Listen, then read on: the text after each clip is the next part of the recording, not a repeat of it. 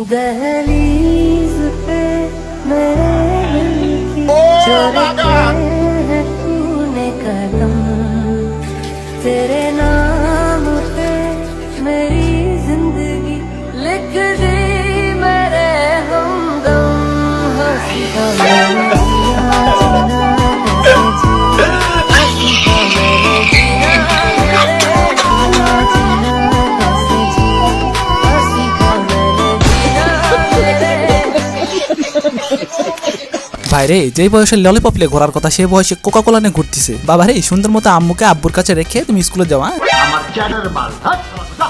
Hello guys, কেমন আছেন আপনারা? আশা করি সবাই ভালোই আছেন। তো বেশি কথা বলবো না, ভিডিওটি শুরু থেকে শেষ পর্যন্ত দেখো, অনেক মজা হতে চলেছে। আর হ্যাঁ, অবশ্যই কেমন লাগলো কমেন্ট করে জানাবেন এবং ভালো লাগলে লাইক শেয়ার এবং সাবস্ক্রাইব করতে ভুলবেন না। Let's go. আমার বন্ধু যখন বিয়ে করতে যায় হালকার উপর পাতলা মেরে, পরিস্থিতি তো ভয়ঙ্কর হবেই।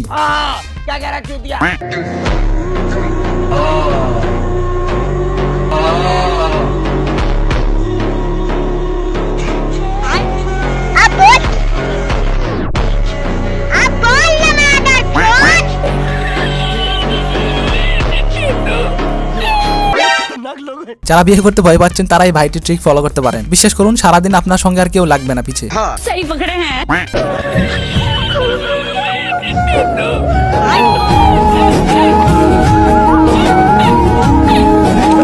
তেমন কিছু না, চাচি হয়তো বলছিল এই শালার পুত কি করস, জোরে জোরাই ধরে ঝাপটায় একটা কিস কর। আমাকে যদি বিয়ে করতে চাও তোমার 10টা বাড়ি থাকতে হবে, 5টা গাড়ির মালিক হতে হবে, আমাকে আইফোন 16 প্রো ম্যাক্স কিনে দিতে হবে অনেকগুলা।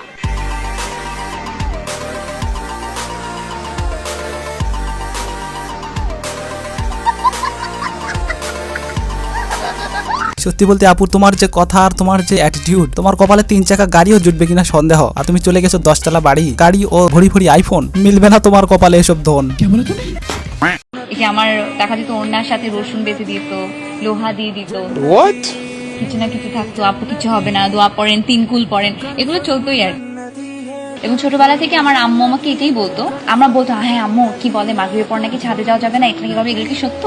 তো আম্মু তখন তোমার যদি ইমান শক্ত থাকে তোমাকে কোনো ধরনের নেগেটিভ এনার্জি ছুতেও পারবে না। এবং this what I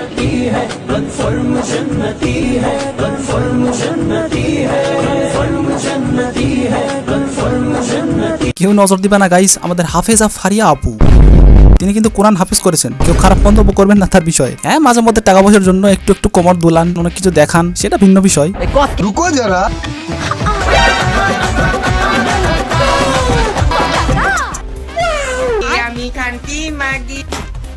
by the way guys, আজকাল পার্ট টাইম ঘটকতালিও করতেছি, তাই আমার হাতে একটা হাফেজ আপু খোঁজে আছে। আপনাদের মধ্যে যদি কেউ থাকে বিয়ে করার মতো, অবশ্যই আমাকে কমেন্ট বক্সে জানাও। আপনার খাটা লাগবে না, আপনার খাটে খাওয়াবে, সেই না ব্যাপারটা।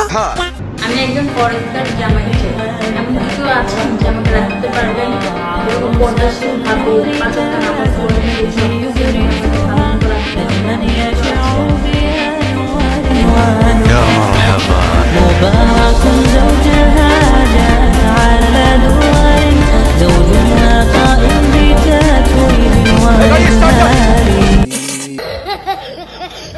ভাইরে, চাচাকে শুধুমাত্র বলেছিলাম চাচা ওপেনে পেশাব করেন না, 5 টাকা দিয়ে আপনি পাবলিক টয়লেটে ঢুকুন। আর কি, কাকা সেতে সিতাই পিঠা, আর বাদ বাকিটা ইতিহাস। কুমিল্লার আইতে কুমিল্লা চলো আবার স্বাধীন করে দেবো। 64 জেলার রাস্তা পদ্ম কুমিল্লার রূপে দিয়ে কুমিল্লা চিনস খন্দকার মুস্তাকে সেনাবাহিনী ক্যাম্প হয়ে দিয়েছে কুমিল্লা। মাত্র বর্ডার বদ্ধ করে দেবো, আর এন্দা দাউদখান দিয়ে ব্রিটিশ ব্যাংকে দেবো। কুমিল্লার আই দিয়ে কুমিল্লার টাকা দিয়ে চলবো। কুমিল্লার পোলা কি ফকিনি পোলা। বাঁচে থাকতে আর কাউকে উপদেশ দিতে যাবো না গাইস, তুই রাস্তাতেই হাক বাবা। ভাই রে, আমার বন্ধু যখন নতুন নতুন প্রেম করে এবং কয়েকদিনের মাথায় কট খেয়ে বসে, এলাকাবাসীর তো একটা দায়িত্ব আছে কিনা, সবাই মিলে তাদের ধরে পাকলে বিয়ে দিয়ে দেয়। ভাবতেছি আমিও এরকম একটা আগাম করবো, তা না হলে আমাদের আর বিয়ে হবে না।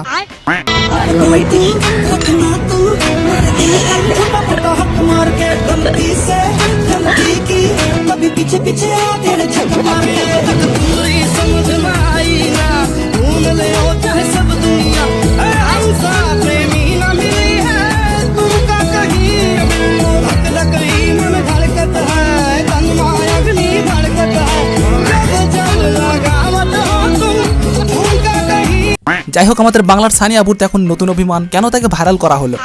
বাবারে, ভাইরাল হওয়ার পরও যে কারো এত কষ্ট হতে পারে সেটা কেবলই দেখলাম। তবে আপু আপনার জন্য একটা সলিউশন আছে, খুব সুন্দর সলিউশন, সেটা একটু পরে বলছি। মানুষ ভাইরাল হওয়ার জন্য কতটুকু নিচে নামতে পারে, সে একটা খ্যাত, আমি তাকে একটা খ্যাত বলবো। আল্লাহ বিচার করছে। আমি ওদিন অনেক কান্নাকাটি করছি যে আমি ভুল করে একটা মানে ওই ইন্টারভিউটা দেওয়ার পর যখন অনেক ভাইরাল হয়, মানুষ আমাকে নিয়ে অনেক ট্রল করছিল, তখন আমি অনেক কান্নাকাটি করেছি যে আল্লাহ একদিন তুমি এর বিচার করো। Wake up to reality.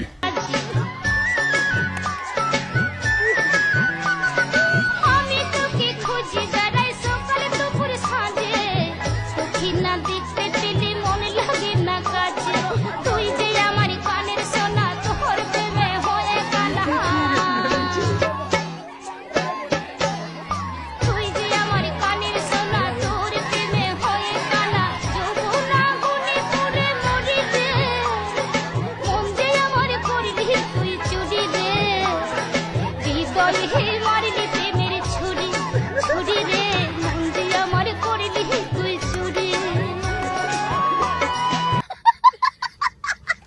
যাই হোক, সলিউশনটা হলো এরকম যে বাঙালিরা অত্যন্ত উত্তপ্ত হয়ে আছে, তাই এই উত্তপ্ততায় ঘি ঢালতে আপনি একটা লিঙ্ক ভাইরাল করুন আপনার, দেখবেন সব ঠিক হয়ে গেছে। তোর কপালে জুতার বাড়ি হারামি।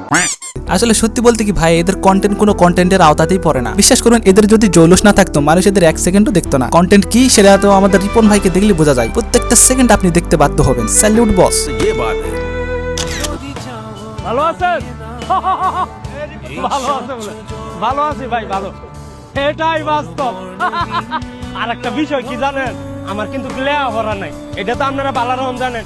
একটা রেস্টুরেন্টে গিয়ে আমাইলে স্যার কি খাবেন, স্যার এটাই না দেয়, স্যার ওইটাই না দেয়, এটা আমার শুনতে ভাল লাগে।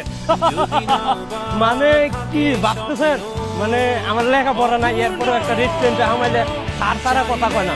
নীল আকাশের নিচে আমি রাস্তায় ঘুরি ফিরি একা, এখন আমি কি যে করি, কালাই রুটি পাই না খুঁজা।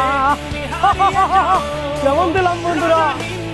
গান আমি গাই না, গান আমি তৈরি করি, এটাই বাস্তব। তো যাই হোক, আজকের মতো আল্লাহ হাফেজ। ভালো লাগলে লাইক, শেয়ার, কমেন্ট এবং সাবস্ক্রাইব করতে ভুলো না। আল্লাহ হাফেজ।